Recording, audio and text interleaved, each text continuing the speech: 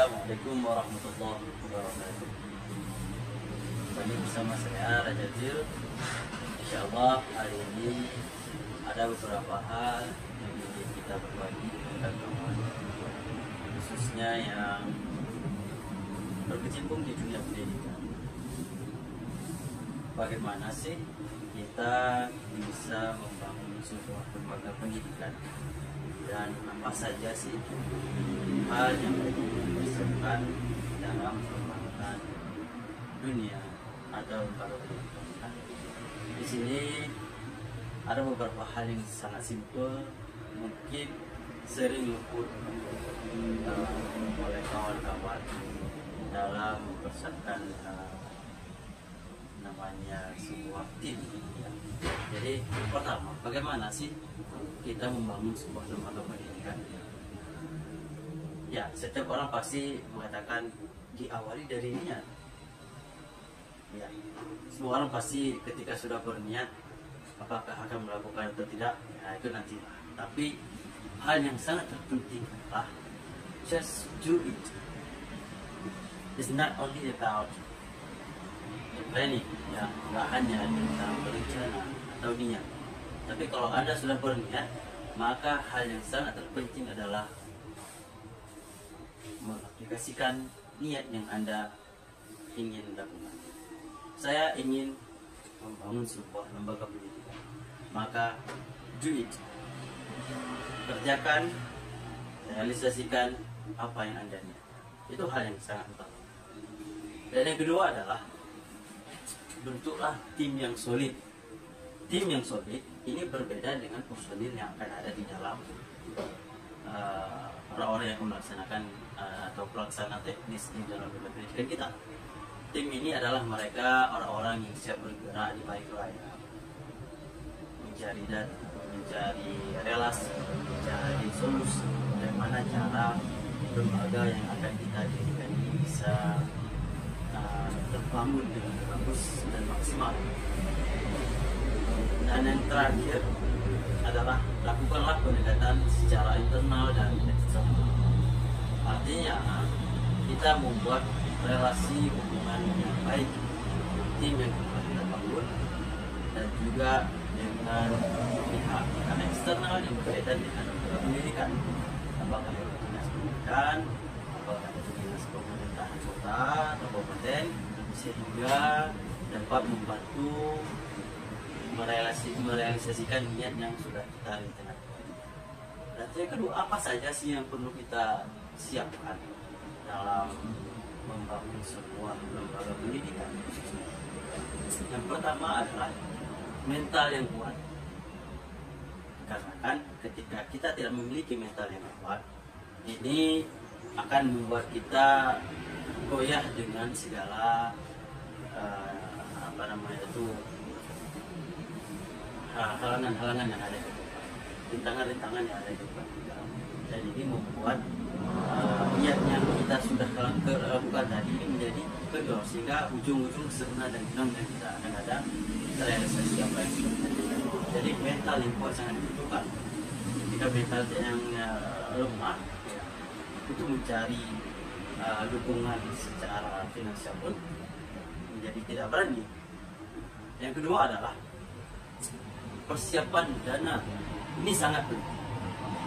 Orang bisa saja mempunyai sebuah bangunan yang cukup, namun ketika dananya tidak mendukung, ini juga akan menjadi sebuah kendala, akan menjadi sebuah masalah.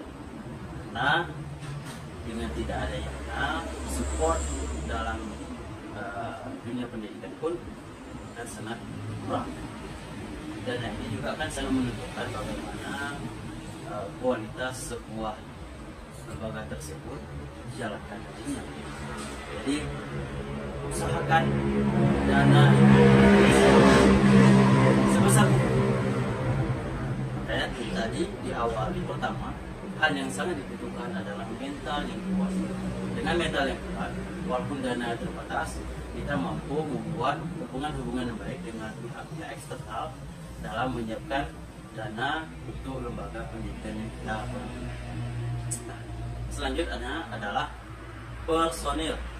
personil di sini yang dimaksudkan adalah orang-orang yang akan menggerakkan lembaga pendidikan kita.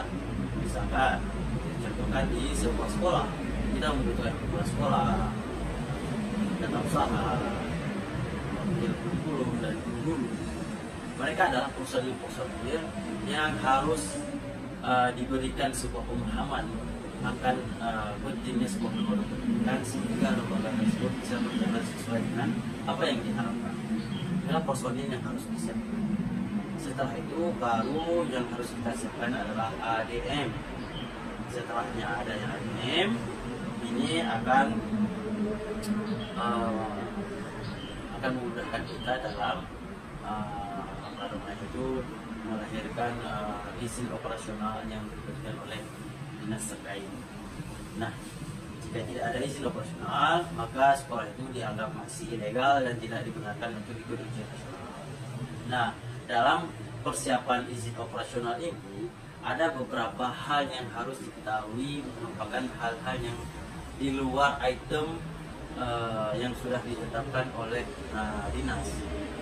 Bisa saja itu terjadi di daerah, bisa saja tidak, karena ada beberapa oknum yang mungkin ya nanti yang memberikan ini, biar saya bantu, biarkan saya membantu Anda, biarkan ini, biarkan itu, dan ujung-ujungnya adalah mereka membutuhkan, atau ya kita harus paham juga itu memberikan support dana dalam melakukan hal tersebut, walaupun pada dasarnya itu sudah di pekerjaan mereka. Namun yang mereka sudah, ya pasti akan merasa ini karena sudah saya bantu lembaga bapak, ya ini ada ADM-nya sedikit. Nah, walaupun ADM itu kalau kita tanya belum tentu ada di dalam SOP yang seharusnya ada. Tapi jadikanlah itu sebuah cara untuk saling tolong menolong lah. Nah, ada baiknya, ada plus minusnya kalau kita bicarakan itu. Namun kembali lagi ke niat tadi, jika niatnya ini ingin membangun sebuah lembaga pendidikan, maka harus ada yang dikorbankan baik secara material maupun secara mental kita sendiri. Jadi persiapkanlah segala sesuatu yang semuanya tidak hanya ada di dalam buku yang telah ditetapkan atau secara SOP, tapi lihatlah kembali apa yang diminta, hal-hal yang keluar SOP, karena itu juga akan menjadi sebagai rintangan kita dalam mendirikan sebuah lembaga pendidikan. Kalau lembaga pendidikan kita mau cepat selesai, cepat keluarkan izin operasionalnya, maka hal yang harus dilakukan adalah ya saling membantu.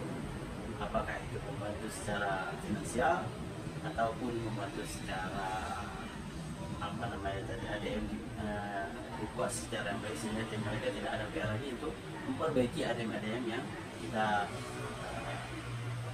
jadi sediakan ya.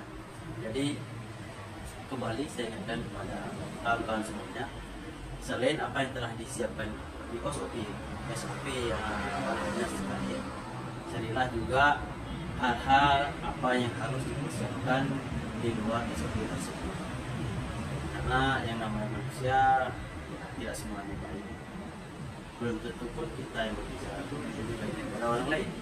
Jadi just try to help others. Insyaallah dengan niat yang baik kita akan mendapatkan hasil yang baik.